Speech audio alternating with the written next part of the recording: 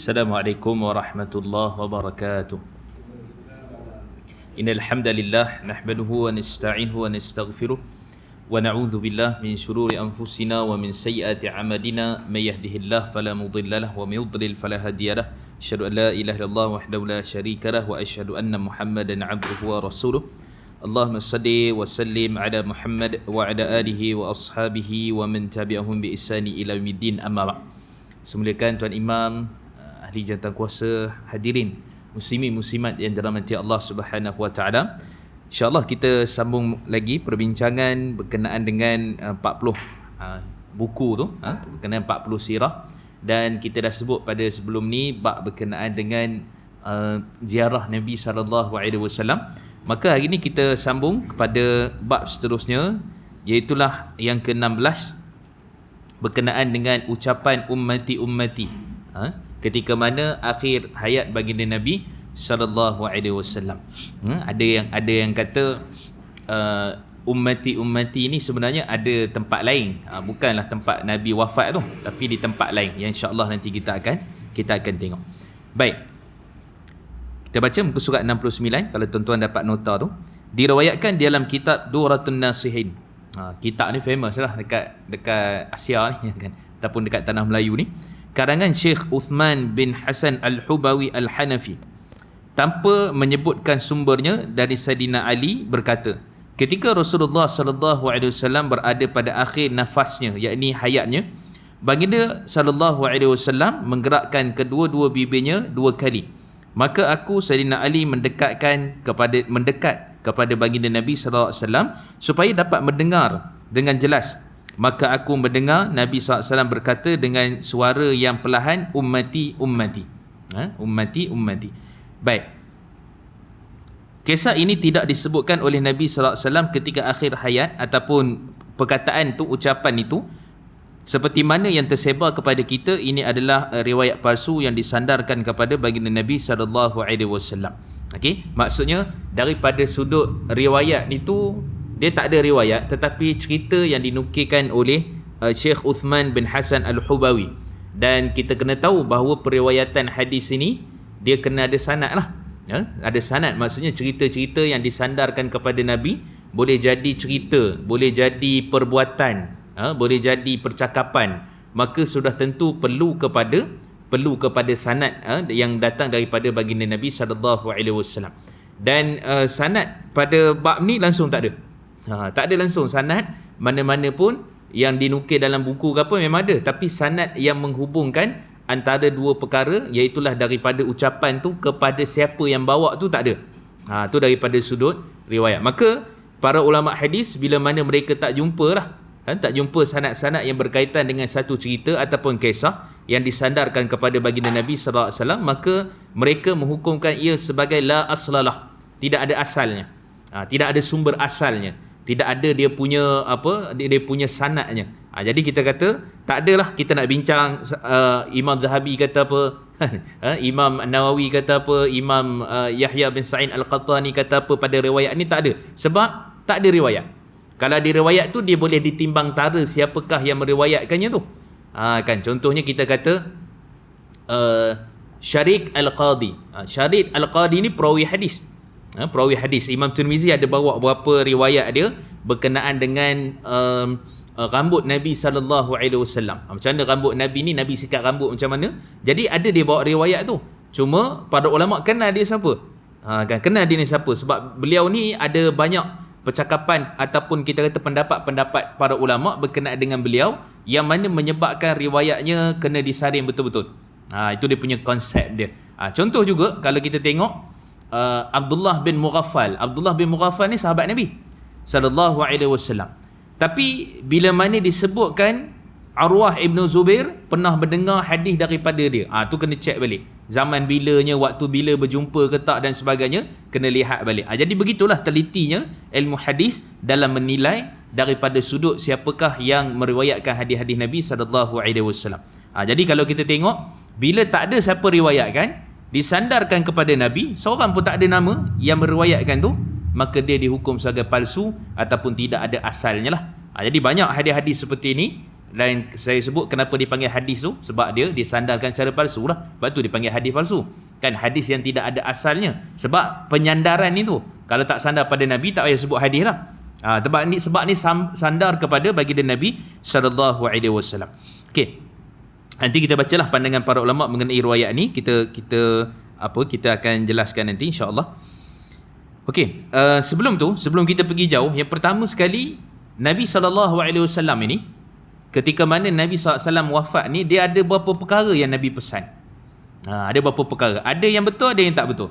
Tapi kita pergi ni kepada riwayat-riwayat yang sahih lah, seperti mana disebut dalam riwayat Al-Bukhari, riwayat Imam Muslim dan sebagainya. Yang pertama sekali Nabi SAW pesan ialah, berapa kali Nabi pesan? Bukan sekali, 2-3 kali Nabi pesan.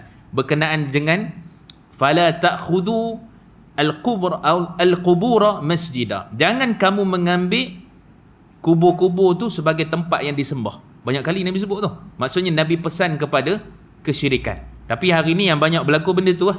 Kan, pergi minta kat kubur, minta tu, minta ni dan sebagainya. Itulah perkara yang paling banyak berlaku. Sedangkan Nabi ingat berapa kali? Nabi sebutkan beberapa kali. Jangan minta dekat orang yang ada di dalam kubur. Kan? Nanti ada orang kata pula, tak minta dekat orang ada kubur tu. Kita minta bantuan orang tu, tapi minta pada Allah. Dipanggil tawassul. Kan? Dan tawassul ni sebenarnya, banyak lagi tawassul yang mana sepakat di kalangan para ulama. Tawassul dengan nama-nama Allah, tawassul dengan amalan yang baik, tawassul dengan perkara-perkara yang baiklah, amalan-amalan tertentu. Ya Allah, aku bertawassul dengan amalan ini supaya dipermudahkan urusan dan sebagainya. Amalan yang dia buat, kan? Jadi benda tu tak ada masalah. Tetapi yang khilaf, yang berbeza pandangan pendapat, yang hilaf terpencil, yang tu yang orang nak cari. Mungkin tak power kot yang ulama sepakat tu. Kan? Yang ulama dah sepakat tawassul yang dibenarkan tu mungkin tak power, tak hebat, maka pergi cari perkara-perkara yang berbeza pandangan pendapat dan sebagainya, dan akhirnya menetijahkan kepada meminta kepada si fulan, syekh sekian-sekian, ya syekh sekian-sekian, arif ni bantu aku, tolong aku dan sebagainya. Maka ini semua perkara-perkara yang Nabi pesan supaya tidak berlaku kesyirikan. Baik, itu yang pertama. Yang kedua, solat. Nabi peringatkan tentang solat, seperti mana juga dalam riwayat Bukhari dan Muslim, ketika mana Nabi SAW berapa kali Nabi pengsan, Nabi pitam Nabi pengsan, Nabi pitam, dan kemudian Nabi bangun, dan kemudian adakah salat telah didirikan? Nabi tanya. Kan, kemudian Nabi pengsan lagi, kemudian ada sahabat ambil air sembah kepada baginda Nabi SAW. Ada yang kata terlalu panas dan sebagainya. Kemudian Nabi tanya lagi, dah didirikan salat? Sehingga akhirnya salat didirikan ataupun diimamkan oleh Sayyidina Abu Bakar As-Siddiq radhiyallahu anhu, seperti mana disebutkan oleh Sayyidatina Aisyah radhiyallahu anha dalam riwayat Imam Muslim dan yang selainnya. Jadi itu pesan baginda Nabi sallallahu alaihi wasallam. Dan kemudian yang ketiga, Nabi pesan juga tentang amanah kepada pemimpin. Pemimpin itu amanah. Sebab tu dalam hadis begitu banyak Nabi pesan tentang perlunya pemimpin itu amanah dalam menggalas tanggungjawab dia. Okey, kemudian juga yang keempat, Nabi pesan juga berkenaan dengan keadaan manusia ni, dia perlu bersuci. Kan? Dan sebab tu kalau tengok daripada perbuatan baginda Nabi sallallahu alaihi wasallam, kalau kita tengok kan, Nabi ni dia bukan saja cakap, Nabi buat. Okey, sebab tu Al-Imam Tirmizi rahimahullah bila mana bawa riwayat-riwayat berkenaan dengan Nabi SAW ni, naha Rasulullah sallallahu alaihi wasallam anit tarajul illa al-ghibba. Nabi melarang daripada menyikat rambut sentiasa, selalu, melainkan diselang-selikan. Kan, maksudnya hadis ini menunjukkan Nabi melarang. Nabi tak benarkan untuk sikat rambut ni selalu kerap sangat. Asyik sibuk sikat rambut je kerja. Kan, pantang ada ni sikit, sikat rambut. Pantang ni sikit, sikat rambut. Sikat rambut tu sunnah Nabi sallallahu alaihi wasallam. Maksudnya memang Nabi praktikkan. Tetapi masalahnya ialah bila mana Nabi sebut tu, dan datang pula riwayat yang lain yang mana Nabi SAW sendiri mengamalkan perkara itu. Kan, begitulah juga dengan kebersihan. Nabi sebut tentang apa? Bersugi. Nabi sebut tentang terutama bersugi lah, kerana akhir hayat Nabi SAW itu, abang kepada Sayyidatina Aisyah, Abdurrahman bin Abi Bakar, masuk dengan bersugi lah, bersugi tu. Kemudian Nabi mengisyaratkan nak bersugi. Kan, jadi kemudian Abdurrahman bin Abi Bakar pun dia lembutkan tu, diberikan kepada Sayyidatina Aisyah. Sayyidatina Aisyah gigit, dan kemudian Nabi SAW pun bersugi. Menunjukkan di akhir hayat baginda pun Nabi mementingkan kebersihan. Kerana kebersihan ini adalah miftahus salah taharah dalam riwayat Al-Hakim. Pembuka bagi salat itu adalah bersuci. Maka semua itu memberi kesan kepada kehidupan kita. Itu berapa pesan baginda Nabi SAW. Kalau dalam Hajjil Wada' tu lebih banyak lah. Nabi pesan jangan terlibat dengan riba. Nabi pesan juga kepada bantu Ansar dan sebagainya. Kerana Ansar ini adalah yang dijamin syurga oleh Allah Subhanahu Wa Taala. Kan, sebab tu dalam riwayat Imam Muslim kata Nabi, ataupun dalam riwayat Imam Al-Bukhari kata Nabi SAW, tanda cinta, tanda mukmin tu ialah cinta kepada Ansar. Tanda orang munafik itu ialah mereka membenci Ansar. Kan, itu dalam riwayat Imam Muslim, dalam riwayat Imam Al-Bukhari. Nak menunjukkan Ansar ni ada kedudukan mereka yang tersendiri, dijamin syurga, kelebihan dan sebagainya. Jadi menunjukkan bahawa itu berapa pesan lah yang Nabi SAW pesan ketika mana sebelum Nabi SAW wafat. Okey, sekarang kita tengok sikit, ada berapa riwayat yang menyebutkan sebenarnya Nabi ada sebut ummati-ummati tu, tetapi pada tempat yang lain.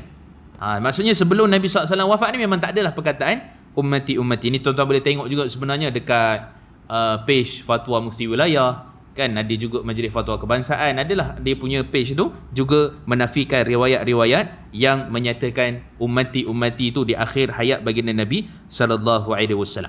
Baik, muka surat 70. Perkataan yang diucapkan kali terakhir oleh Nabi SAW adalah Allahumma ila rafiqil a'la. Sayyidatina Aisyah radhiyallahu anha merapatkan telinga kerana mahu mendengar apa yang diucapkan oleh baginda Nabi SAW. Okey, yang ni dalam riwayat Imam Al-Bukhari lah. Walaupun sebutkan situ daripada kitab Ar-Rahiqum Makhtum, kitab sirah yang terkenal, tetapi sebenarnya dia dipetik daripada riwayat Imam Al-Bukhari. Baik, apa dia yang Nabi SAW baca? Ma'al ladhina an'amta alaihim minan nabiyyin was-siddiqin wasyuhada was-salihin Allahumma ighfirli warhamni wa alhiqni birrafiqil a'la. Allahumma rafiqal a'la.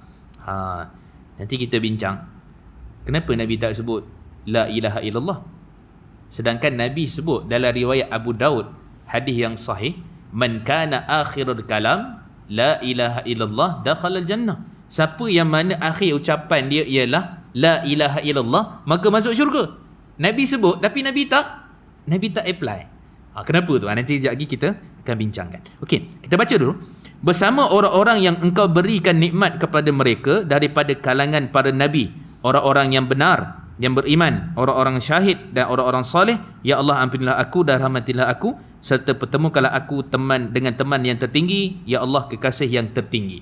Okey, baginda Nabi SAW mengulangi kalimat akhir tersebut sebanyak 3 kali, kemudian tangan baginda Nabi SAW terkulai layu dan baginda Nabi SAW pun pergi menghadap kekasih yang tertinggi. Maksudnya sepakat di kalangan para ulama hadis, yang akhir diucapkan oleh baginda Nabi SAW itu ialah ucapan ucapan Allahumma ila rafiqil a'la, kepada Tuhan yang maha tinggi. Kan, dalam riwayat disebutkan hadis sahih juga, waktu duha, Nabi meninggal waktu duha, matahari tengah naik pada hari Senin itulah, dan kemudian Nabi angkat tangan. Kan, Nabi sebut 3 kali Allahumma ila rafiqil a'la, kemudian tangan Nabi pun jatuh. Nabi wafatlah. Jadi maksudnya riwayat-riwayat ini dia perlu disandarkan kepada sanad-sanadnya dan juga riwayat yang sahih daripada baginda Nabi sallallahu alaihi wasallam. Baik, jadi disebutkan dalam riwayat yang benar yang sahihnya ialah Allahumma ila rafiqil a'la. Okey, sekarang ni kita nak pergi bincang sikit. Kalau kita tengok daripada riwayat ni, juga Sayyidatina Aisyah sebut dalam riwayat Imam Al-Bukhari hadis yang sahih, fakanat akhiral kalam kalimatin takallam biha Nabi SAW Allahumma rafiqil a'la. Kan, dalam riwayat Imam Bukhari daripada Sayyidatina Aisyah radhiyallahu anha, hadis sahih lah.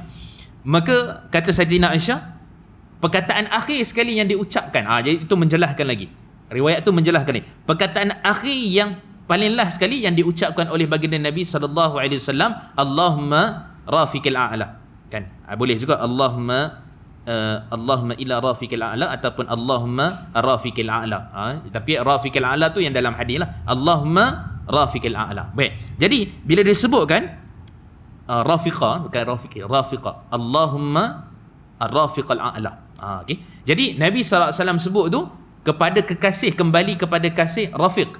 Rafiq ni maksudnya yang paling tinggi.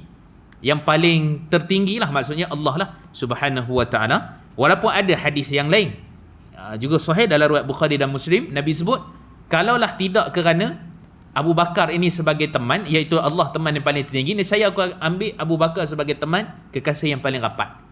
Kan sebab tu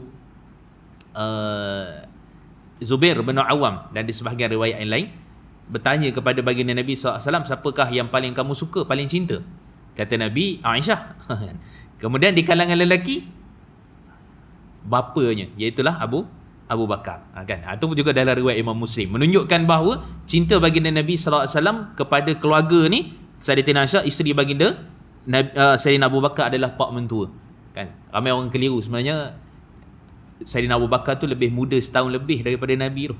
Okay? Lebih muda setahun lebih. Bukannya Sayyidina Abu Bakar lebih tua pada Nabi, tapi sebenarnya lebih muda sikit daripada baginda Nabi SAW. Baik, jadi menunjukkan bahawa itulah lafaz, itulah akhir perkataan yang benar, dan tak ada lagi lah riwayat yang lain. Kalau ada tu, semua riwayat tu akan tertolak sebab Bukhari dan Muslim meriwayatkannya. Maksudnya Bukhari dan Muslim yang high level lah, yang paling tinggi sekali. Kalau ada di bawah-bawah tu riwayatkan lain ke apa, yang tu perlu dinilai, dikaji semula lah. Dia bukan sebagai pelengkap, tetapi riwayat itu berbeza dengan riwayat yang benar, yang sahih daripada kedua-dua kitab hadis utama Ahlussunnah wal Jamaah, Bukhari dengan Muslim. Okay? Jadi itu kaedah juga tu. Kalau kita tengok ada hadis dalam riwayat lain kata begini-begini, contoh dalam riwayat Daruqutni, dalam riwayat Al-Baihaqi, yang mana menyatakan bahawa Nabi SAW melarang seorang lelaki menggunakan bekas yang sisa bekas air, sisa air lah yang telah digunakan oleh wanita, dan juga Nabi melarang wanita menggunakan sisa bekas air yang digunakan oleh lelaki. Hadis tu sahih, hadis tu sahih, hadis tu sahih. Tetapi bertentangan dalam riwayat Imam Al-Bukhari dan Muslim. Sayyidatina Aisyah radhiyallahu anha menyatakan, kuntu aghtasil ma'a Rasulullah sallallahu alaihi wasallam fi ina'i wahid. Aku dulu pernah mandi dengan Nabi SAW dengan satu bekas. Satu bekas. Kan? Dan kemudian kata Abdullah ibn Abbas juga, iaitulah Sayyidatina Maimunah radhiyallahu anha juga pernah mandi dalam satu bekas yang sama. Maka yang dalam Bukhari dan Muslim tu riwayat lebih kukuh, lebih kuat. Kan? Kalau ada pun nak dia punya diharmonikan antara dua hadis tu, maka boleh kita katakan dimakruhkan. Tapi tidak sampai makruh, sebenarnya dia haruskan. Tak ada larangan wanita mandi tempat yang takungan ke apa ke daripada lelaki, ataupun sebaliknya, tidak ada larangan walaupun ada hadis. Jadi kita nampak level Bukhari Muslim tu yang paling tinggi. Pertama Bukhari Muslim lah yang disepakati, kemudian baru Bukhari sahaja riwayat, kemudian baru Muslim, dan kemudian baru seterusnya lah. Dia ada susunan tu. Pertama Bukhari Muslim, yang kedua Bukhari saja riwayat, yang kedua Muslim saja riwayat, yang ketiga para ulama bincang sama ada meletakkan Imam Tirmizi, maksudnya Tirmizi jatuh pada tempat yang ke seterusnya. Dan ada pula mereka bincang lepas riwayat Muslim tu, ataupun lepas hadis Muslim tu, mana-mana kitab hadis, mana-mana hadis yang menepati syarat Bukhari dan Muslim. Lepas tu menepati syarat Bukhari saja, menepati syarat Muslim saja. Tu kena mengaji benda lain pula lah, kan? Apa syarat Bukhari, apa syarat Muslim, dia kena liqa, kena subut, dia kena bertemu dengan perawi tu. Bukhari syaratnya kena bertemu betul dengan perawi tu. Sebab tu riwayat menggunakan an ni daripada tu menunjukkan betul-betul lah orang tu betul-betul bertemu. Dia tak boleh hanya cakap daripada saja, tapi betul-betul bertemu pada zaman dia. Imam Muslim tak perlu syarat tu. Imam Muslim syaratkan kalau dia tu sezaman, kemungkinan besar dia bertemu, dah cukup. Tak payah ada bukti menunjukkan mereka pernah bertemu. Jadi Imam Bukhari lebih tinggi lah dia punya kriteria tu. Sebab tu as-sahul kitab ba'dal Quran, kan? Kitab paling sahih di atas muka bumi ni selepas Al-Quran, iaitulah yang dibuat oleh manusia, Sahih Bukhari. Tak ada tandingan lah, kan? Selain daripada kitab Sahih Al-Bukhari. Okey, jadi semua riwayat, bahkan ini riwayat palsu lah yang bertentangan dengan Sahih Bukhari, maka sudah tentu dia perlu ditolak dan tidak perlu diceritakan, kerana kita menyandarkan satu benda yang dusta kepada Nabi SAW. Kan kalau ikut kan, kita bukan boleh buat apa pun, hanya ucapan umati saja. Tetapi sebab sandaran itu tak betul, maka yang itu kita kena jelaskan. Itu maksud dia. Bukan disebabkan kerana ada apa-apa ke special boleh amal umati ni, tak ada apa. Tapi disebabkan kerana penyandaran itu kita nak secara benar kepada baginda Nabi SAW. Sebab tu di antara hak kita kepada Nabi Di antara hak kita kepada Nabi, selain kita cinta dan ikut Nabi, kita mempertahankan sunnah Nabi sallallahu alaihi wasallam. Termasuklah benda-benda yang palsu, yang karut, yang marut dan sebagainya, maka kita kena pertahankan dan kita kena bongkarkan benda-benda yang seperti itu. Okey, habis. Okey, persoalan tadi. Nabi sebut Allahumma ilah ataupun Allahumma rafiqal a'la, kepada Tuhan yang Maha Tinggi. Dalam riwayat daripada hadis Abu Daud, hadis daripada Muaz bin Jabal radhiyallahu anhu, kata beliau Nabi SAW bersabda, man kana akhirul kalam la ilaha illallah dakhala al-jannah. Hadis riwayat Abu Daud. Hadis ni sahih. Sesiapa yang mana akhir kalam perkataan dia tu dia ucapkan la ilaha illallah, maka masuk syurga. Dakhala al-jannah, kata Nabi, pasti masuk syurga. Tapi Nabi tak sebut Nabi tak sebut la ilaha illallah kat sini. Okey, macam mana jawab dia? Kan? Dan sebenarnya ramai orang juga terkeliru, sebab bila sebut la ilaha illallah tu mesti kena orang tu kena baca. Sebelum meninggal tu mesti kena dengar dia lafaz la ilaha illallah. Tu kekeliruan tu sebenarnya. Kita mengajarkannya secara baik, secara sempurna lah. Kan? Sebab tu Nabi sebut dalam riwayat Imam Muslim, hadis sahih, ataupun dalam riwayat Abu Daud, laqinu mautakum la ilaha illallah. Talqinkan orang yang nazak di kalangan kamu la ilaha illallah. Nabi suruh talqin. Bukan talqin waktu ke bumi tu. Dia terbalik. Nabi suruh talqin tu waktu orang nak meninggal tu. Kan, itu sepatutnya lah. Tapi talqin tu adalah dalam riwayat Daruqutni dan sebagainya. Sebab tu ada sebahagian diubah dengan tazkirah. Dia peringatan untuk orang yang hidup lah, yang ada hadir kat kubur tu. Cuma untuk mayat tu tak ada apa dah. Kalau datang kepada kamu sekian-sekian tu, tak ada apa dah dia. Dia selesai dah. Tak payah ajar dah waktu tu. Dia pandai-pandai dah kat sana. Kan? Tak ada dah urusan tu. Ada malaikat tu datang, kamu jawablah dengan kalimah yang benar ke apa benda semua. Tak ada dah. Kan? Tak ada dah. Tapi hakikat sebenarnya ialah mengajarkan orang yang masih hidup. Kan? Maka sebab tu Nabi kata ketika nazak, laqinu mautakum la ilaha illallah. Sama macam baca Yasin juga. Ada hadis sekurang-kurang statusnya hasan ataupun sebahagian mendhaifkan hadis tu.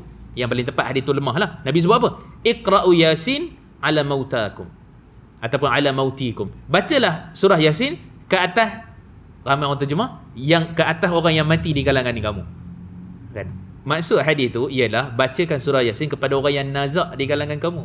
Mautakum tu maksudnya dah hampir-hampir nak meninggal dunia. Itu baru betul. Kalau kita kata paling kurang ada hadis dhaif lah. Ada hadis dhaif. Tapi yang selepas tu tak adalah hadis yang menyatakan isyarat yang sedemikian. Cuma kita nak kata daripada sudut ni, lafaz ni, perkataan ini, bagaimana kita nak bagi tahu. Okey, nanti kita bincang sikit dalam isu bab lafaz ke tak ke niat ke apa, tapi nak bincang dulu yang ni. Baik. Nabi SAW sebut Allahumma rafiqal a'la. Dalam Bukhari dan Muslim daripada Sayyidatina Aisyah radhiyallahu anha. Dalam riwayat Sayyidina Muaz daripada Abu Daud, Nabi kata siapa yang akhir kalam la ilaha illallah maka masuk syurga. Bertentangan. Patutnya Nabi buat. Nabi kena sebut la ilaha illallah, tapi tak. Okey, apa jawabnya? Kata Al-Hafiz Imam Ibn Hajar Al-Asqalani dalam kitab beliau Fathul Bari, menyatakan bahawa mengisyaratkan yang patut disebut itu adalah tauhid itu. Bukan lafaz itu. Tauhid. Tapi yang paling afdalnya disebut lafaz lah, la ilaha illallah. Tapi itu nanti kita bincang pula kenapa tak ada Muhammad Rasulullah. Kan? Asyhadu an la ilaha illallah, la ilaha illallah wa asyhadu anna Muhammadar Rasulullah. Kan? Kenapa pula tak ada? Sekejap lagi kita bincang juga yang tu. Tapi nak bagi tahu asalnya ialah bagi satu orang yang mana dia mengucapkan kalimah tauhid, dia sebut Allah lepas tu meninggal. Contoh, dia sudah dikira termasuk dalam hadis man kana akhirul kalam la ilaha illallah dakhala jannah. Siapa yang mana akhir kalam dia ucap la ilaha illallah masuk syurga. Dia bukan senang tuan-tuan. Benda ni bukan kena latih, dia dengan amal. Bukan kata la ilaha illallah, la ilaha. Baguslah kita apa? Hauqalah dipanggil kan. Iaitulah kita berzikir. Tapi bukan bermakna dengan sebab kita berzikir itu itu sebagai latihan ketika mana kita nazak. Tak, dia dengan amalan. Maksudnya zikir, solat apa semua, dengan amalan itulah yang membantu kita untuk mengucapkan kalimah-kalimah, terutama kalimah tauhid. Maka kata Imam Ibn Hajar, yang penting adalah niat dan kalimah tauhid itu. Maka bila disebut, ya Allah, aku kembali Tuhan yang maha tinggi, kalimah tauhid, Tuhan yang maha tinggi, kita mengiktiraf Allah itu a'la, subhana rabbiyal a'la, segala puji bagi Allah, Tuhan yang maha tinggi. Kan? Jadi Nabi mengucapkan Tuhan yang maha tinggi, maka itu adalah salah satu daripada kalimah tauhid. Maka daripada hadis ini, kata Imam Ibn Hajar, kalau satu orang tu meninggal dunia, dia ucap Allah, dia ucap Ar-Rahman contohnya, dia ucap perkataan-perkataan yang membawa kepada tauhid, dia sudah dikira termasuk daripada perkataan la ilaha illallah. Itu maksud sebenar tu. Sebab ramai orang silap faham, dia kena ajar tu, betul ajar tu la ilaha illallah, tapi orang tu sebut Allah. Tak betul tu, la ilaha illallah. Orang tu dah nazak dah. Tak, bukan macam tu. Kan, jadi maksudnya membenarkan tauhid, niat dalam hatinya. Bahkan ada setengah orang meninggal dunia tak sebut apa pun, kita ajar dia pelan-pelan. Sebab tu kata Imam Al-Qurtubi, kata Imam Abdullah Ibn Mubarak, kita nak ajar orang ni kena ajar tu dengan keadaan, kalau dia sekali je kita ajar, dia dah sebut Allah, cukup dah. Tak perlu kita memberatkannya. Okay? Tak perlu kita memberatkannya. Kita ajar tu sekali dua kali pun dia dah ucap dah, tak ada masalah, biarkan, cukup. Tak perlu kita ulang, tak perlu, kata Imam Abdullah Ibn Mubarak. Sebab bila sakaratul maut ni, dia macam-macam benda. Kan? Macam-macam benda, macam-macam keadaan. Maka dengan sebab pelbagai ujian dan sebagainya, maka kita menyebut kalimah Allah tauhid itu, maka itu sudah tentu menunjukkan dia adalah satu kematian yang baiklah, husnul khatimah. Jadi maksud kat sini ialah apa dia? Bukan ajar tu ya la ilaha illallah tu, tetapi yang benarnya adalah pada diri dah. Dia mengucapkan Allah, ataupun dalam hati dia tak ucapkan apa, tapi sunnah kita mengajarkannya. Hatta orang non-Muslim pun boleh. Non-Muslim boleh tak? Jumpa aksiden pergi jalan tu contoh kan, kita mau pergi penampahan kat dia ni, dah memang tak lama ni, kita pun la ilaha illallah, kita ajar bisikkan dia. Hadis menunjukkan dia boleh kan. Dalam hadis riwayat Imam Muslim, kata Nabi SAW, ada satu orang ni, dia pemuda Yahudi, gulam Yahudi kan, dia adalah budak ataupun budak lah, pembantu Nabi kot sebenarnya, seorang Yahudi kan. Maka ayah dia ketika mana dalam riwayat Imam Muslim tu, ketika mana dia dah terbaring terlantar, dia tak masuk Islam lagi. Terbaring terlantar tu ayah dia ada, Nabi pun ada. Nabi pergi bisik kat dia. Nabi kata qul la ilaha illallah, katakanlah la ilaha illallah. Dia pandang ayah dia. Dia pandang ayah dia tak kata apa-apa. Dia tak macam Abu Jahal. Dia tak macam Abu Jahal. Abu Jahal lah pergi, Abu Lahab and the gang semua pergi hasut Abu Talib jangan sebut la ilaha illallah dalam riwayat Bukhari. Sampai sudah Abu Talib tak sebut la ilaha illallah. Tapi ayah dia ni, dia kata apa? Ati' Abu Qasim, taat kepada Abu Qasim. Siapa Abu Qasim? Nabi lah sallallahu alaihi wasallam. Kan? Taat pada Abu Qasim. Dia pun mengucap la ilaha illallah. Nabi keluar tu, Nabi senyum sungguh. Daripada rumah tu Nabi kata apa? Alhamdulillahilladzi anqadhahu minan nar. Segala puji bagi Allah yang telah mengeluarkan dia daripada neraka, kata Nabi sallallahu alaihi wasallam. Kata Imam Nawawi, berdasarkan hadis ini, kalau ada non-Muslim yang mana kita sempat dakwah ataupun tengah nazak ataupun sekian-sekian, kita ucapkan kalimah tauhid, tidak jadi masalah. Cuma pengkebumian itu tak cerita lain. Pengkebumian tu cerita lain. Jangan ditakutkan pengkebumian tu nanti kena kubur kat apa ke apa sekian-sekian, bukan. Sebab tu dalam dakwah saya ada terlibat dengan mualaf apa semua ni. Antara benda yang kita kena tekankan, waktu orang, ada satu orang ni, dia Muslim, dia dakwah pada mak dia sampai 70 tahun lebih. Umur lah, dakwah tu lama, puluh tahun lah kan. Sampai akhirnya mak dia sakit tu, dia kata mak masuklah Islam, dia kata kan, mak masuklah Islam. Betul, mak dia tanya, kalau aku masuk Islam, aku tak nak kubur dekat tempat kubur kat tanah Islam kan. Jadi menjadikan dia tak berapa suka nak masuk Islam, sebab kena kubur kat tanah tempat Islam kan. Jadi tanyalah ustaz ke apa ni, sebagian dia kata iyalah betul juga tu, tak boleh kubur kat tempat ni kan. Kita nak Islamkan dia dulu, bukan masalah nak kubur kat mana. Hatta kalau dia Islam pun, lepas tu waris dia tuntut kubur dekat jirat, kubur dekat tempat Kristian punya tempat ni kan, apa ke, tetap dia Islam. Bukan masalah kubur ni fardu kifayah menguruskan solat, mandi, solat, kemudian apa, kafan dulu kan, mandi, kafan, solat, kubur, itu fardu kifayah. Yang buat tu memanglah kita kata, tetapi mengislamkan dia tu adalah benda yang paling utama. Maka kita kena tahu fiqhu aulawiyat, mana keutamaan dulu yang paling penting. Kan sama jugalah masuk Islam je, nanti sakit kena potong. Tu dulu dia tekan kan. Bab-bab fiqh ni dulu yang dia bincang. Dah, orang tauhid dulu. Pastikan dia Islam dulu. Kan nak masuk Islam, call sana call sini kan, tersilap call. Last sekali sebaiknya jadi juga masuk Islam. Jadi nak ceritanya susah jugalah kan. Jadi saluran dan sebagainya tu pun kena betul dan juga kena tepat. Okey. Jadi maksudnya bila Nabi ataupun kita pun, siapa-siapa pun ucap kalimah tauhid la ilaha illallah ataupun Allah paling kurang sudah cukup. Okey, di mana asyhadu an la ilaha illallah? Kata Imam Nawawi, bila sebut la ilaha illallah, tiada Tuhan selain Allah, maknanya mengiktiraf terus Nabi itu adalah Rasul. Orang ni pun tengah nazak, takkan suruh baca ayat kursi pula. Kan? Maksud la ilaha illallah tu paling ringkas dah tu. Tiba-tiba kita sebut la ilaha illallah, dia kata Allah. Okey dah, tak ada masalah. Okey dah tu. Kan, tapi ajar tu sunnahnya mesti la ilaha. Kita tak boleh ajar dia Allah tak boleh. Kita ajar dia la ilaha illallah sebab kalimah sempurna. Fa'lamu annahu la ilaha illallah. Kan Quran sebut. Jadi maksudnya kita ajar tu la ilaha illallah, dia nak sebut Allah ke Ar-Rahman ke, nak sebut ke A'la ke apa ke, yang maksud dia tu dia adalah tauhid, maka sudah cukup. Kan itu dia punya kaedah dia. Okey. Jadi itu isu ataupun perbincangan yang boleh kita sebutkan dekat sini, dan juga perbincangan apa yang kita nyatakan pada hadis-hadis Nabi SAW berkenaan dengan perkara ini. Okey. Jadi kata Imam Nawawi rahimahullah, mengajarkan itu pelan-pelan. Okey, mengajarkan itu perlahan-lahan lah. Maksudnya la ilaha illallah, bisikkan dekat telinga dia bagi mereka yang sedang nazak lah. Kan, elok lagi tak payah. Kan ada setengah orang dia marah pula, ni aku kan nak mati lagi, dia kata. Kita baca kat dia, maksudnya yang nazak lah. Sebab tu kata laqinu mautakum la ilaha illallah, talqinkan yang sedang nazak, Nabi sebut tu, yang sedang nazak. Jadi itu antara sunnah baginda Nabi SAW. Kalau dia alihkan perhatian, kita kata la ilaha illallah, kita sebut kat dia, sawit turun harga, dia kata. Sawit dia bincang. Contohnya kan. Maka pada waktu tu kita perlahankan lagi, kita ajarkan dia. Kan kita ni nampak dia ni sesak sangat dah ni. Dada pun semua kata sawit, dia kata contohnya kan. Teringat ke sawit ke apa tak tahulah kan. Contoh kan. Jadi kita tetap ajar dia. Jangan maksudnya perlahan-lahan, jangan tergopoh-gapoh kata Imam Nawawi, dan kita ajarkan dia mengucap la ilaha illallah. Lepas tu adalah sunnah-sunnahnya, tutup mata. Abdullah ibn Mubarak kata boleh dipalingkan ke arah kiblat. Kemudian urusan-urusan yang terkait lah, report polis dia, surat kematian, kemudian juga ada doktor datang cek ke dan sebagainya, itu kalau kematian dekat rumah lah.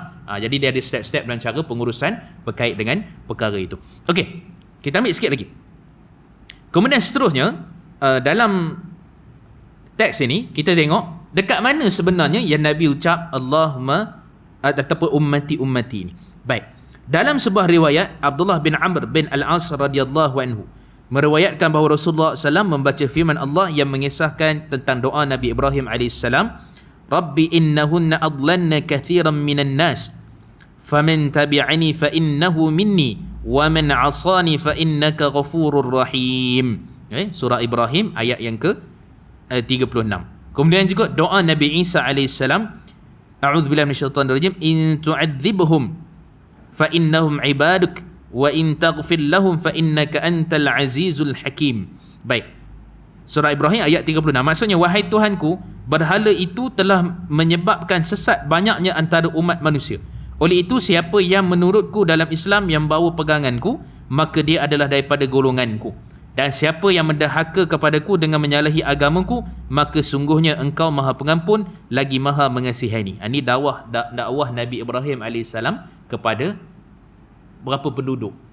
Penduduk Haran, penduduk penduduk di Mesopotamia lama, dekat sepadan Turki, belah-belah nak ke Iraq sana. Itu penduduk-penduduk guys tu di kota Babil, kan, kota Babylon. Di tempat kota Babylon itu, masalah dia adalah umat Nabi Ibrahim menyembah berhala. Kalau di Haran pula, masalah dia ialah menyembah bulan bintang, matahari naik. Lepas tu ada dialog. Lepas tu ramai orang salah sangka, kan, hadza akbar, dikatakan Nabi Ibrahim sebut, mula-mula tengok pada bulan, lepas tu afalat, hilang cahaya bulan, kan. Kemudian tengok pada matahari, hilang pula cahaya matahari, kan, tengok kepada sekian-sekian. Jadi maksudnya seolah-olah ramai orang silap faham, menunjukkan Nabi Ibrahim mencari Tuhan. Nabi Ibrahim tak cari Tuhan. Nabi Ibrahim tidak mencari Tuhan. Nabi Ibrahim menukilkan dialog bagaimana kaum dia mencari Tuhan. Perkataan tu perkataan Nabi Ibrahim, tapi Nabi Ibrahim dia macam cakap ajuk. Kan, macam cakap nak menceritakan macam mana kaum dia cari Tuhan. Itu disebut oleh Imam Ibn Kathir, disebut oleh Imam Tabari. Bukan Nabi Ibrahim ni tak Islam. Kan, Nabi Ibrahim tak mencari Tuhan. Yang mencari Tuhan tu sepatutnya adalah kaum dia, kan. Kemudian juga di Mesir, problem lagi lah, bagaimana pembesar Mesir dan sebagainya. Jadi Nabi Ibrahim pun berdoa kepada Allah, kaum aku ni supaya minta supaya doa pada Allah menurut Islam, menurut agama Allah Subhanahu wa taala. Baik, kemudian doa Nabi Isa pun sama. Jika engkau menyeksa mereka, maka tidak ada yang menghalanginya, kerana sungguhnya mereka adalah hamba-Mu, dan jika engkau mengampunkan mereka, maka sungguhnya engkau saja yang maha kuasa lagi maha bijaksana. Kan? Ini penyalipan Nabi Isa. Nabi Isa diangkat ke langit, bal rafa'ahu Allah ilai, bahkan Allah mengangkat Nabi Isa itu ke langit. Turun akhir zaman lah. Dalam riwayat Imam Muslim, Nabi Isa ni akan turun di atas belakang malaikat. Ada titisan air dan sebagainya, dicium oleh orang kafir meninggal dunia, dicium orang Muslim, dia akan hidup dan seterusnya lah. Itu dia punya riwayat-riwayat yang sahih tentang turunnya Nabi Isa alaihissalam. Ada beberapa tugasan lah. Bunuh Dajjal, patahkan tiang-tiang salib, kemudian juga tugas Nabi Isa membunuh khinzir dan seterusnya. Itu semua ada dalam hadis-hadis yang sahih riwayat Imam Bukhari dan yang selainnya. Maka Nabi Isa alaihissalam antara salah satu Nabi yang diangkat ke langit. Okay. Nabi pergi Isra' Mi'raj, Nabi tahulah tingkat ke berapa. Tapi sehingga kini tak adalah riwayat menyebutkan Nabi Isa AS ni boleh ataupun meninggal dunia, dia hidup di sisi Allah Subhanahu wa taala. Itu kita punya pegangan lah, kerana tidak ada riwayat menyatakan Nabi Isa ini wafat ataupun dimatikan, tahun bila dan sebagainya, tidak ada. Kan, maka dia di sisi Allah. Adakah Allah mengkehendaki perkara itu berlaku? Di sisi Allah. Tak ada masalah. Kan, Allah nak mematikan, Allah nak menghidupkan, tak ada masalah.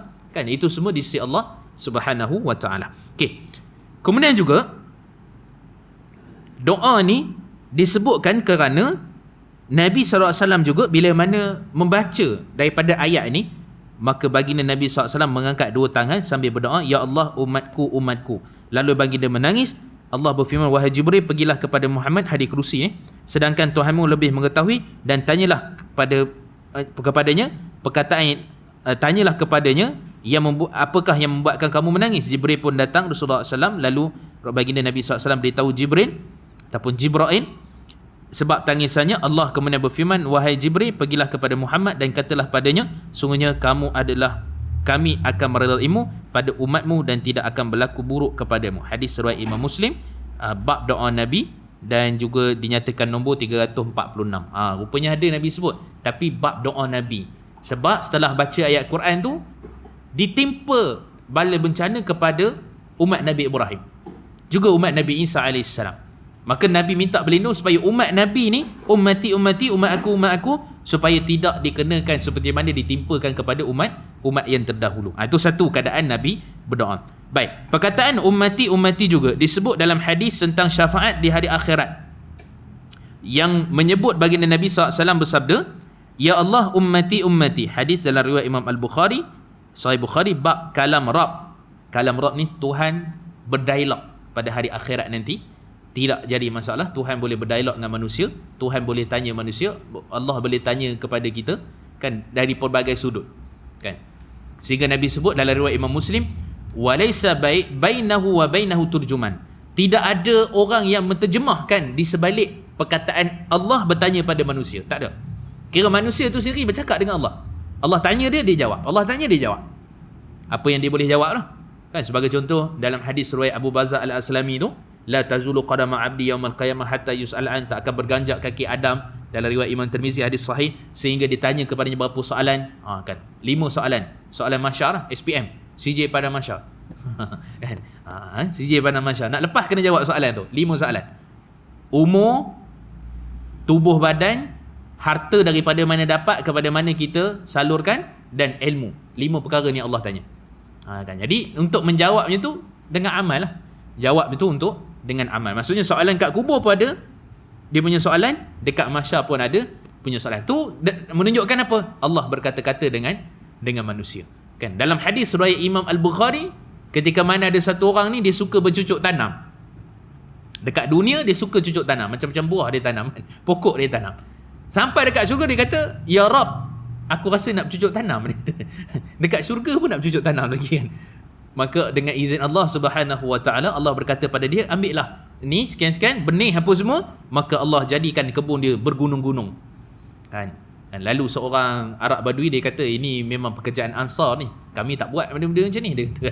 Nabi pun ketawalah dengar perkataan Ansar itu, sebab orang Ansar ni dia bukan pertanian, dia bidang lain, dia peternakan apa semua tu kan. Apa ni, orang Arab Badui ni dia lebih peternakan padang pasir apa semua tu kan. Ansar ni ada juga bercucuk tanam kan. Jadi menunjukkan bahawa memang Allah akan berdialog dengan manusia, kan, menunjukkan itu adalah perkara yang dekat akhirat. Tu boleh cerita lagi, ada pasar setiap hari Jumaat dalam syurga apa semua tu kan. Allah menyingkapkan tirainya apa semua, itu semua merujuk kepada hadis-hadis yang sahih. Baik, jadi syafaat dekat akhirat ni, syafaat yang paling besar ni syafaat Nabi lah sallallahu alaihi wasallam. Nabi ni ada berapa syafaat? Pertama, syafaat dipanggil syafaatul uzma, syafaat yang paling terbesar. Syafaat yang paling terbesar ni ialah mempercepatkan hisab.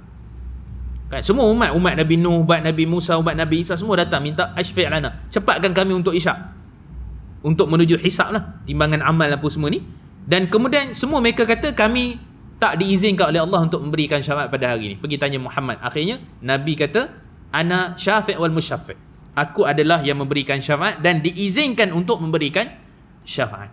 Tapi kita kena ingat, syafaat ni pun izinnya daripada Allah. Bukan daripada Nabi itu sendiri semata-mata Nabi memberikan, tak. Allah mengizinkan. Sebab dalam ayat kursi kita selalu baca apa? Man dzalladzi yashfa'u 'indahu illa bi'izni. Satu orang pun, siapa pun tak akan dapatkan syafaat melainkan dengan izin Allah. Tu kita kena pay tu, bagi betul-betul faham tu. Maksudnya Nabi itu sendiri berikan syafaat di atas izin, kerana Nabi sebut aku yang memberikan syafaat dan diizinkan untuk memberikan syafaat. Tu jelas tu, hadis tu menyebutkan tentang perkara itu. Jadi dipercepatkan hisab. Kemudian apa? Syafaat ketika mana titian sirat. Allahumma sallim kata Nabi SAW, selamatkanlah umat, selamatlah, salam sallim selamat ketika mana meniti titian sirat umat Nabi SAW. Syafaat apa lagi? Syafaat minum haudah, telaga baginda Nabi SAW, telaga Kautsar. Itu juga syafaat daripada Nabi SAW yang Nabi kenal akan umat baginda Nabi SAW. Syafaat membebaskan, ataupun kita kata apa, syafaat memasukkan manusia ke dalam syurga. Juga banyak hadis-hadis yang berkait dengan perkara itu. Syafaat meletakkan darjat satu orang itu lebih tinggi di syurga pada darjat yang sepatutnya, tapi lebih tinggi. Itu juga syafaat Nabi sallallahu alaihi wasallam. Jadi nak dapat syafaat itu, kita tahulah sunnah-sunnah Nabi sallallahu alaihi wasallam, selawat dan sebagainya. Semua itu mendekatkan diri kita kepada syafaat Nabi sallallahu alaihi wasallam. Baik. Jadi baginda Nabi sallallahu alaihi wasallam menyatakan, ya Allah, ummati, umat aku. Kedua-dua hadis di atas adalah sahih, namun untuk mengaitkan perkataan ummati diucapkan semasa akhir hayat baginda adalah salah kedudukannya, tak tepat. Sedangkan yang jelas diucapkan oleh baginda adalah berkenaan dengan syafaat dan juga doa baginda Nabi SAW, seperti mana yang kita sebutkan tadi. Baik, kita nanti dulu lah kot kat situ, insyaAllah. Wallahu alam. Ada persoalan? Pertanyaan? Ya, silakan.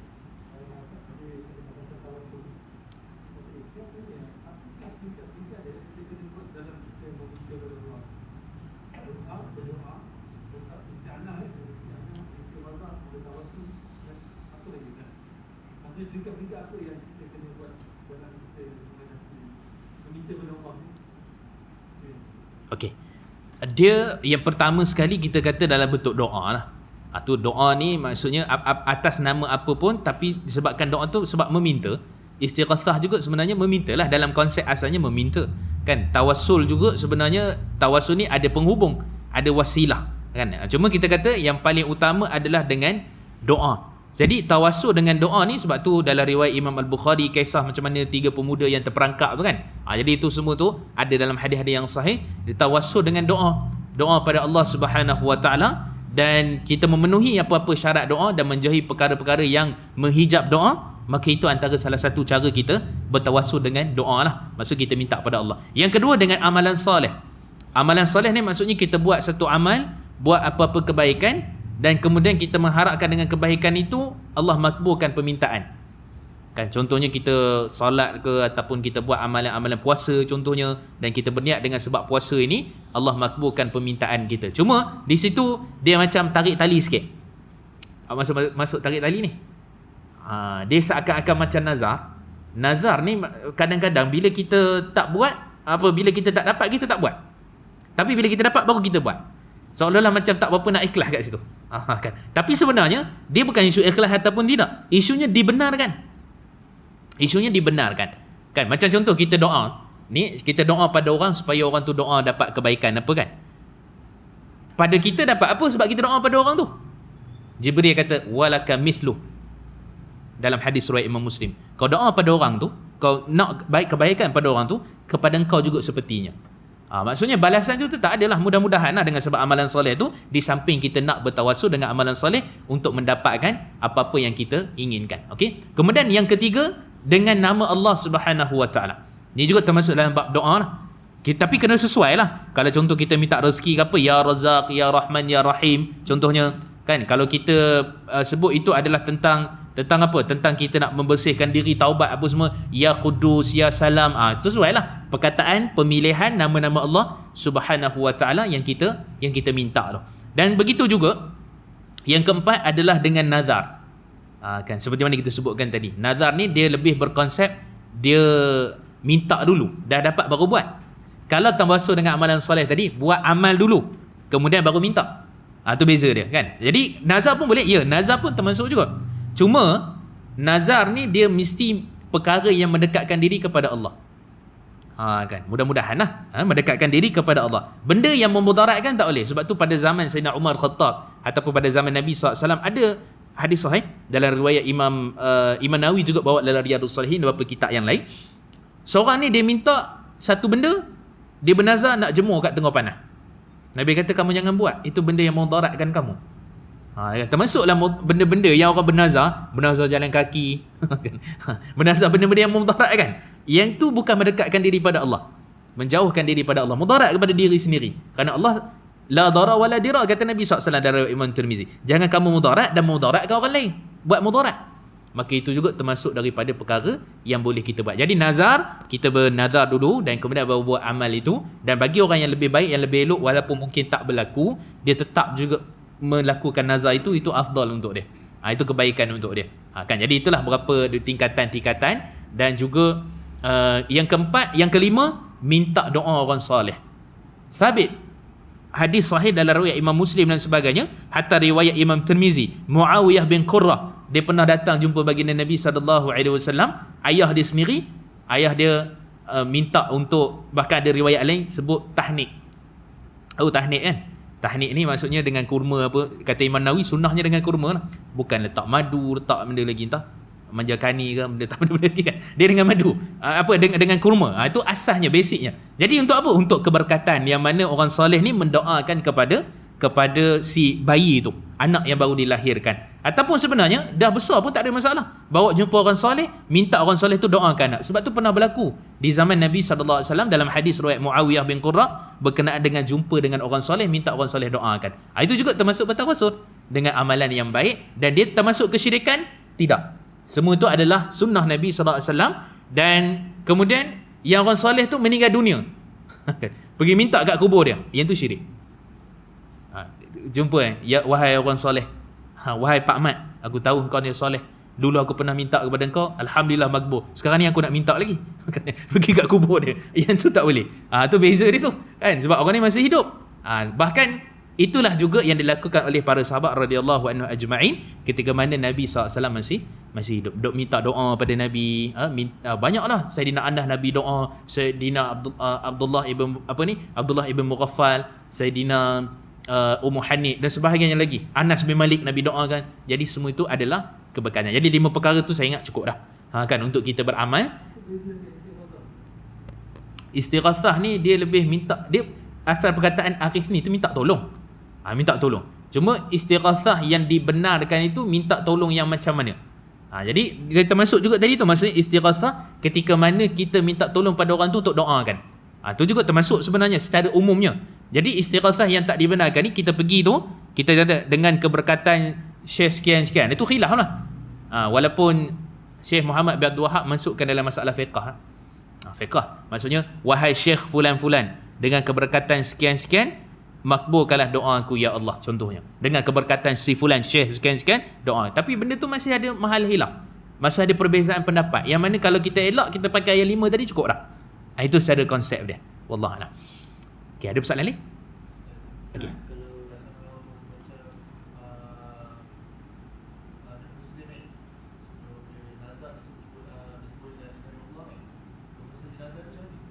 Kalau kita dapat diuruskan dengan cara pengkebumian secara Muslim, okey. Tapi bila berlaku pergaduhan di antara family dia, maka tak ada masalah untuk dia nak buat apa cara macam mana pun. Yang penting jasad dia, roh dia itu telah pun Islam Muslim. Itu secara konsep. Tapi kalau kita dapat tuntut tu, dan sebab tu kalau sebaiknya ada saksi. Sebab tu Imam Nawawi gariskan kena ada saksi. Tapi yalah, kalau ada saksi pun, yang datang tu non-Muslim, tetap dia nak tuntut jenazah anak dia. Contohnya kalau meninggal dunia aksiden ke apa. Jadi kita kata kat situ, bukanlah pokok yang paling utama. Yang lebih baik kalau dapat nak kuburkan cara Muslim, itu lebih baik lah. Tapi yang pokok paling pangkat dia adalah tauhid dia tu, dia mengucap la ilaha illallah. Wallahualam.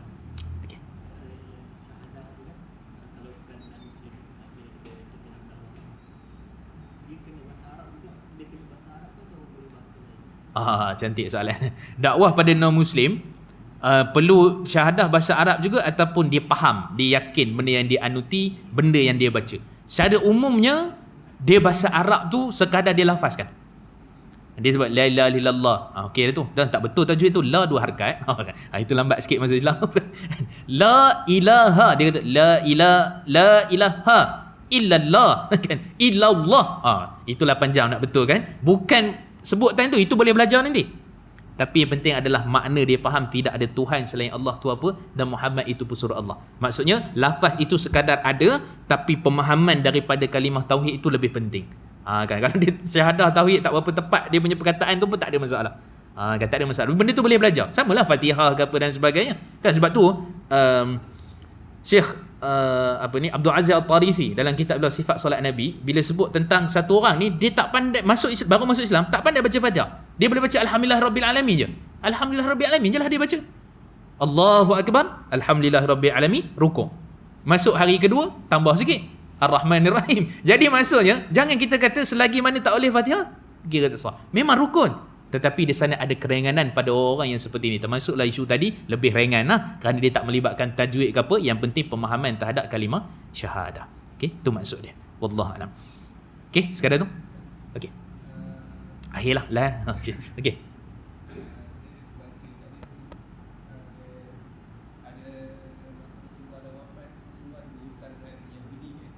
Okey.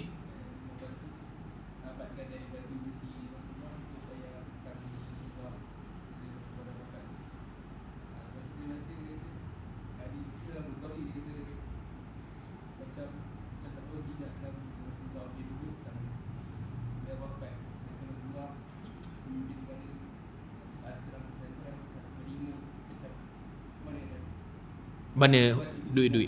Okey. Okey, satu persoalan yang baik juga tentang Nabi berhutang hingga akhir hayat Nabi. Memang ada dalam riwayat Aisyah radhiyallahu anha, dalam riwayat Imam Al-Bukhari, yang mana Sayyidina Aisyah sebut isyarat Nabi sallallahu alaihi wasallam ta'aman minal yahud wa rahna dir'ah. Nabi pernah beli makanan daripada orang Yahudi, kurma lah, gandum tu, dan kemudian disebabkan Nabi tak mampu bayar, Nabi menggadaikan baju besi. Selepas Nabi wafat, baju besi tu tak dituntut, melainkan pada zaman sahabat Sayyidina Abu Bakar. Sayyidina Abu Bakar lah yang pergi tuntut baju besi tu. Okey, apa sebab dan punca dia? Kita kena faham tu. Nabi, dia ada berapa keadaan. Pertama sekali adalah Nabi SAW itu bukan Nabi yang meminta-minta. Maksudnya Nabi berhutang itu adalah tujuan untuk ahli keluarganya. Sebab Sayyidatina Aisyah pernah sebut, berapa hari rumah kami tak berasap. Dalam riwayat Imam Tirmizi, hadis sahih. Berapa hari rumah kami tak berasap, maka disebabkan tak ada makanan. Maka Nabi pergi meminjam tu untuk satu keperluan. Maka hutang ni untuk satu keperluan tidak jadi masalah. Itu satu. Yang kedua, Nabi berhutang juga tu atas sebab dasar orang lain yang minta tolong bantu pada Nabi, Nabi jadi grantor untuk pinjamkan. Nabi jadi grantor untuk pinjamkan tu, sehingga kan akhir hayat Nabi, waktu tu dalam 20 sak, berapa gantang Nabi pinjam tu, sehingga Nabi gadaikan baju besi tu, tak dituntut kerana ada orang yang datang, Nabi, ya Rasulullah kami lapar, ya Rasulullah kami tak ada makanan. Nabi kata tak apa, kamu ambil dulu.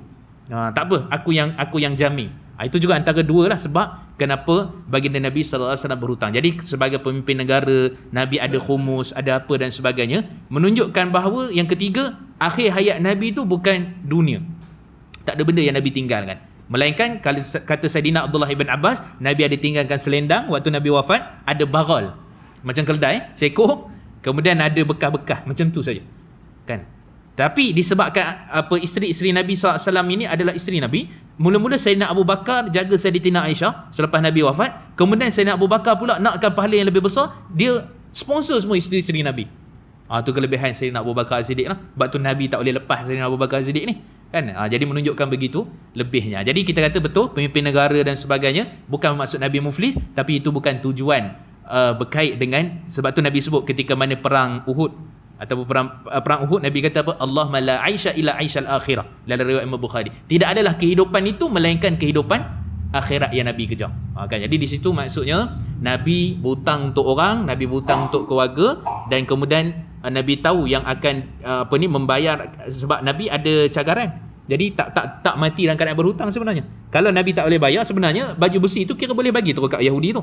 Cuma Sayyidina Abu Bakar sayang baju besi itu apa? Mighfar, topi besi apa? Sebab tu Sayyidina Abu Bakar pergi tuntut juga. Bertentangan pula dengan hadis Abu Qatadah, Nabi tak solatkan jenazah yang ada hutang. Betul tak? Dalam riwayat Bukhari juga, Nabi tak solat kan. Jadi Abu Qatadah angkat tangan, ya Rasulullah, aku yang akan menjamin hutang dia. Barulah Nabi solatkan. Yang Nabi tadi tak berhutang, Nabi dah ada jaminan. Maksudnya seolah Nabi bayar baju besi itu kira tak ada hutang dah. Kan maksudnya Nabi tak dapat bayar sehingga Nabi wafat pun, itulah cagarannya, habis kat situ. Menunjukkan Nabi SAW meninggal bukan dalam keadaan berhutang. Wallahu a'lam. Saya berhenti dulu kat sini, insya-Allah. Nanti kita jumpa lagi, sambung lagi insya-Allah. Aku qauli hadza, minta maaf tuan-tuan, ambil masa lebih sikit. Mudah-mudahan Allah rahmati kita. Kita surah tasbih kafarah, subhanakallah wa bihamdika, asyhadu an la ilaha illa anta, astaghfiruka. Wassalamualaikum warahmatullahi wabarakatuh.